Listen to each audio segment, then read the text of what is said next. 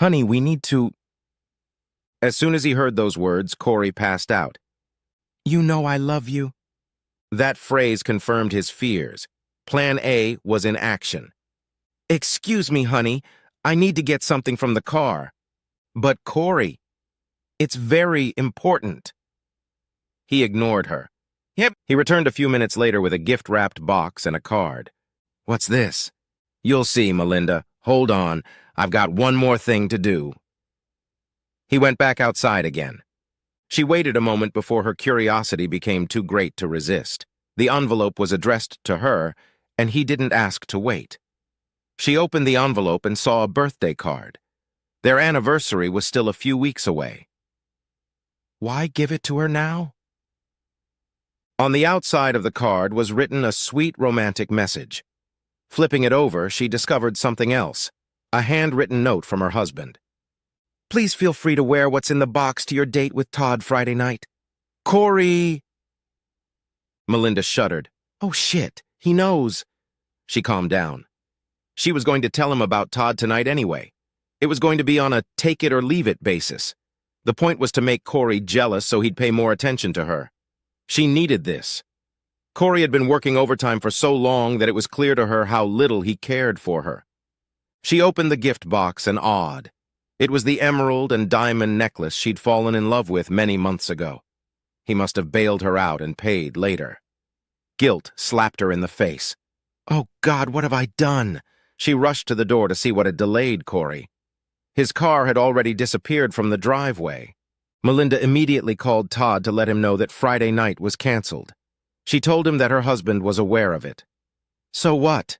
You were going to tell him anyway. Come on, Melinda, you know you want to. You've been teasing me for weeks now. You owe me at least once. You're a freak. I can't believe I let you seduce me. I don't want to talk to you anymore. No problem, bitch. I can find a woman with better looks and an ass that will fit through the doorway. I only agreed to fuck you because you were so persistent in pursuing me. Just because you don't want to fuck me right now doesn't mean you're not a slut. Good luck with your husband. What am I supposed to do? Melinda sat on the couch wondering what would happen to her marriage. At least he hasn't said anything about divorce. He'll be back tonight, I'm sure of it. We have 18 years of a good marriage and 2 kids. He's not walking away from this. She drank some wine and waited. Melinda was glad the children had already gone to bed. The next morning, Melinda woke up on the couch, still clutching the box with the necklace in her hands. She figured Corey was back and didn't want to bother her. She ran up the stairs, nearly tripping because of her haste. Calling out to Corey, she peeked into the bedroom. The bed was made. No one had slept in it last night. Her daughter emerged from the bedroom at the end of the hallway.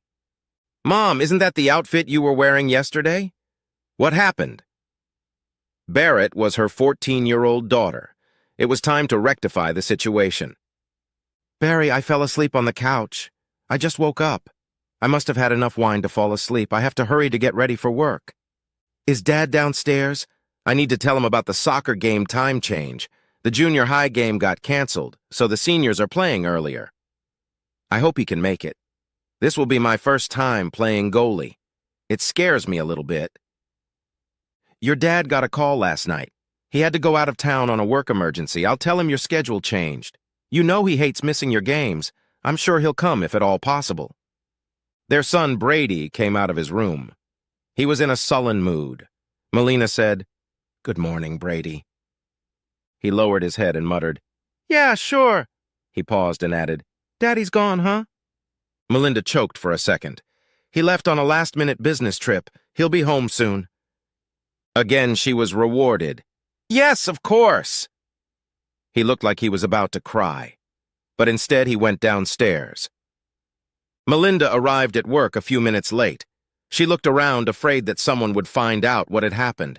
She convinced herself that her fears were unfounded. Bye. Her secretary, Lynn, handed her several messages. Melinda quickly scanned through them, hoping one of them had been sent by Corey. No such luck. Instead, the secretary informed her, Look, I don't know what's going on between you and this Todd guy, but I didn't like him swearing at me when I told him you weren't here yet. Lynn, he's a jerk you can dump if he calls you back. I'm sorry he did that to you. She worried that his call meant her secret was leaking out. Melinda didn't do her job very efficiently that morning. She finally gave up and called Corey's office. Barbara was his secretary with whom she had a good relationship. "Hi, Melinda. What can I do for you?" "I'd like to talk to my husband." There was a pause before Barbara answered. "I assumed he was with you. He called and took a personal day off. I figured you must be exhausted after he gave you your anniversary present last night. He did give it to you, didn't he?"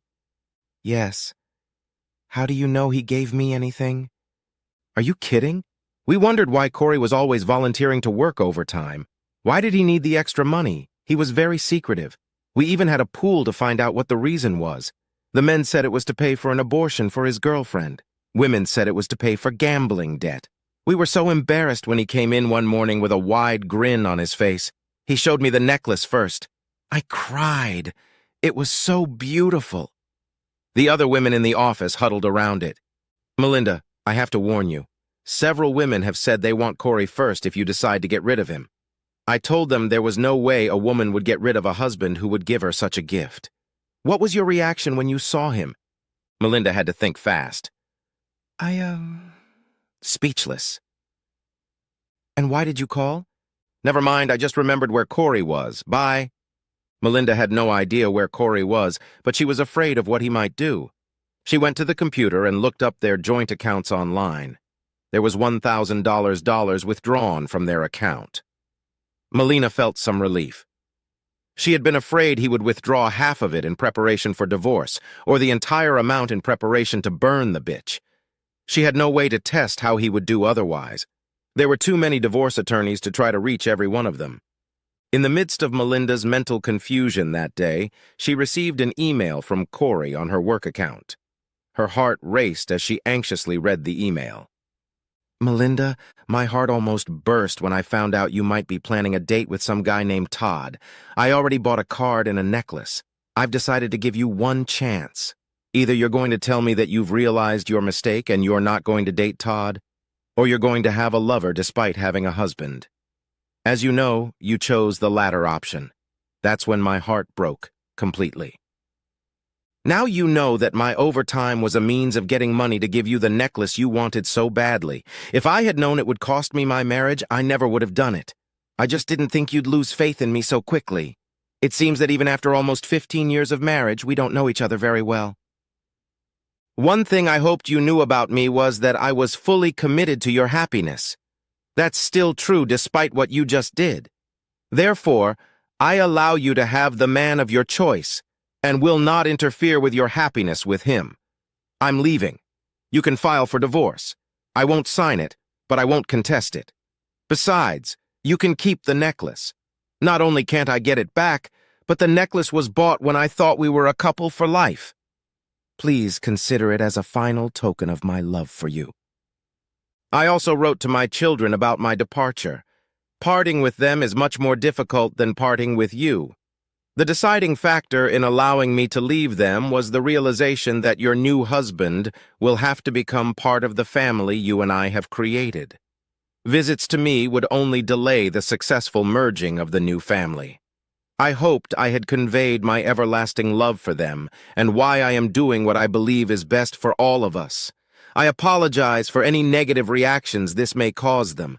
Maybe you can arrange therapy for them. I hope your new husband has money to replace my income. I only took out $1,000 because I knew it would probably take you a while to get used to the loss of my income. It's time for me to leave.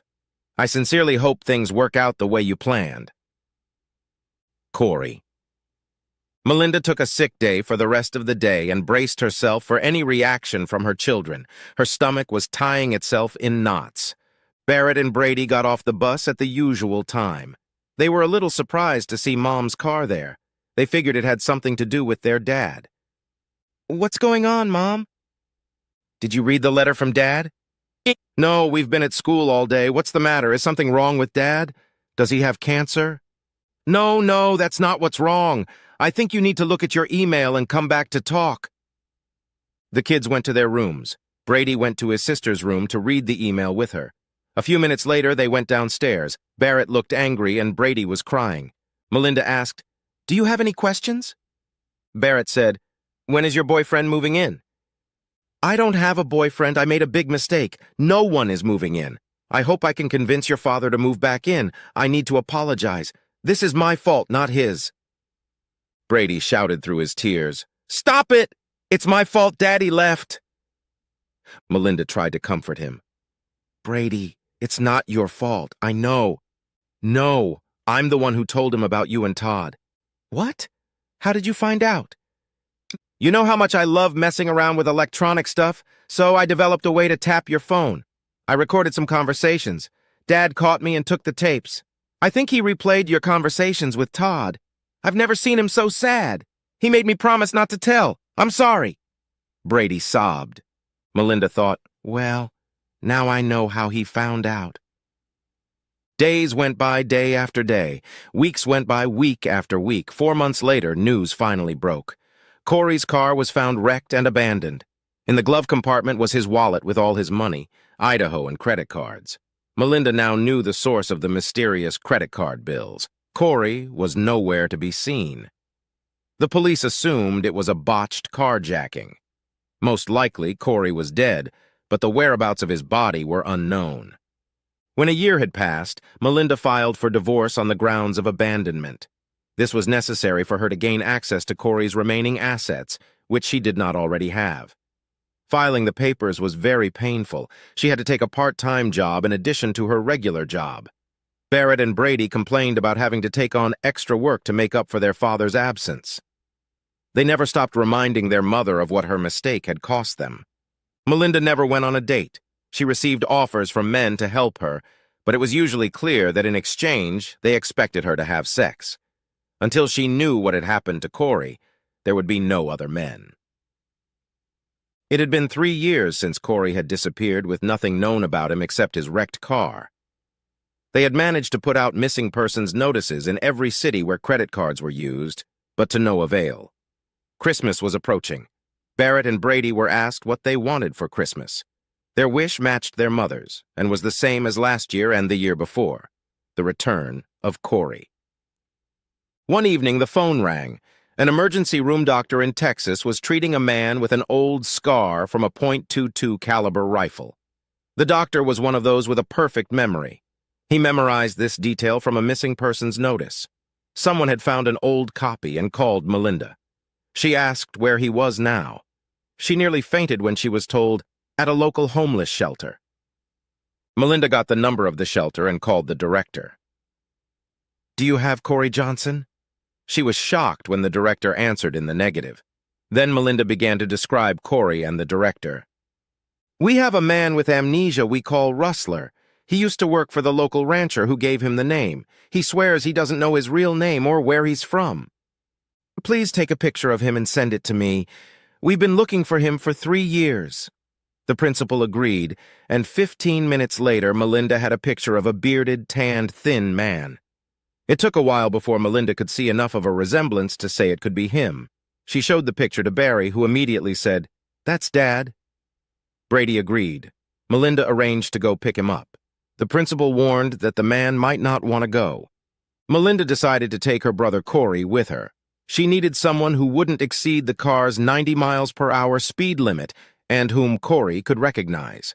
She prayed during the trip with her ex-brother-in-law behind the wheel. He prayed for his safety as she drove. They arrived at the orphanage after a 14-hour drive that had been covered in 11 hours. Melinda approached the director and the man was called into her office. The man did not recognize Melinda or Rory, her brother. She tried to hug him, but he said, "Wow, lady.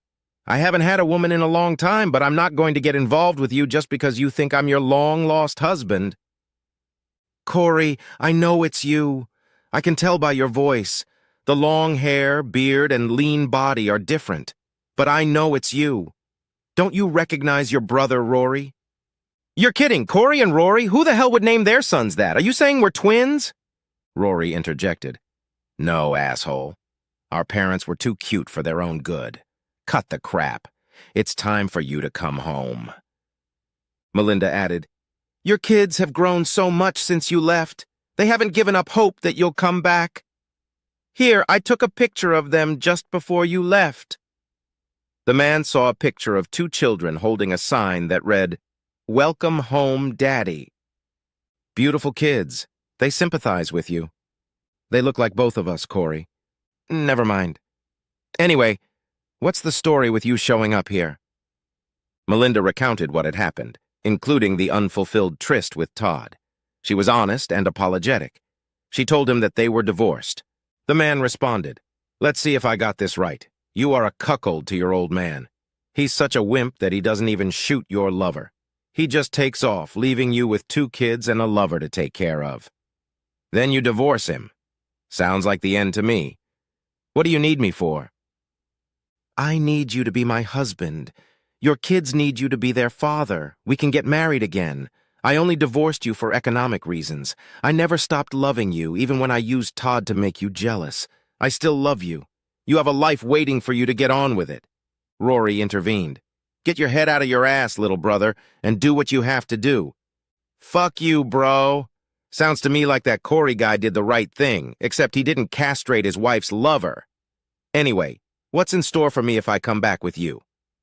Rory replied again, "As if you have better prospects here." Melinda assured, "Corey, come back and see what awaits you. A nice house, good food, 2 kids, and a wife who loves you.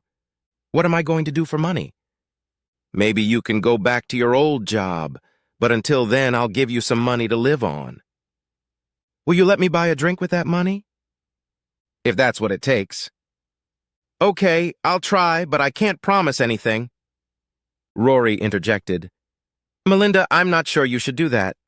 "What, I didn't come all this way to let him escape again. Once we get him home, he'll change. I know that. Don't say I didn't warn you." They drove back. They soon wished they'd made him bathe before the trip. Melinda stopped at the first Walmart to pick up some new clothes and then went to the truck stop to take a shower. The trip went much smoother, although the man refused to shave his bread, which was now clean. The man was tired of being asked, "Does this look familiar to you? Don't you remember when we used to go there, asterisk, asterisk, asterisk, asterisk, asterisk? Of course you know what it is." Soon he was simply ignoring the questions. Barely had the car door opened when 2 children ran up to the man and hugged him. He barely refrained from returning the hug. But that didn't stop their enthusiasm. They begged him to tell the story as they sat down at the kitchen table. He asked for coffee to be brought. "My life as I know it began on a stretch of road where I was wandering. I had a lump and a gash on my head. Dried blood covered half my face. Someone drove past me and called someone on the phone. A short time later, a deputy picked me up and took me to the emergency room. I didn't remember anything and didn't have my wallet. The police ran my fingerprints and found no matches. Nor was there a missing persons report for someone matching my profile. The sheriff thought I'd been carjacked and robbed. He offered to let me stay here until they found me. When I asked where I should stay and what I should do to make money, he advised me to go to the XX ranch. They hired workers all the time and provided room and board as part of my paycheck, which was just enough to get drunk every Friday. That's how I started working on the ranch. I wasn't a very good ranch worker, but I worked hard. I worked there for over 2 years. One day I was fixing a barbed wire fence and it snapped off one of the poles and quickly coiled back up, and I was in the middle of the coil. The head of the ranch took me to the ambulance and gave me my last paycheck. I was fired. The ER doctor asked me about the bullet wound in my shoulder. I told him I didn't know where it came from. I then told him I had amnesia. I was sent to a homeless shelter. Before I could figure out what to do, the shelter director sent a picture of me. She later told me that she received a call from a woman who said she was my wife and was on her way to pick me up. I was hoping I had a young, rich trophy wife, but your mother doesn't look that bad. But she doesn't seem to be my type. She came with some guy who said he was my brother. I was given your picture. I wanted to get to know you, but it didn't work out. You look like great kids. I just don't know if I'm your dad or not. I'm here for a while to see if I remember anything. You're our daddy, and we're not letting you go again. This time the hug was fully reciprocated. Melinda wiped her eyes and said, "Let's take your things upstairs." They went upstairs and she showed him the master bedroom. "I guess it's too early for you to think about sleeping with me. Let's put your things in the guest bedroom."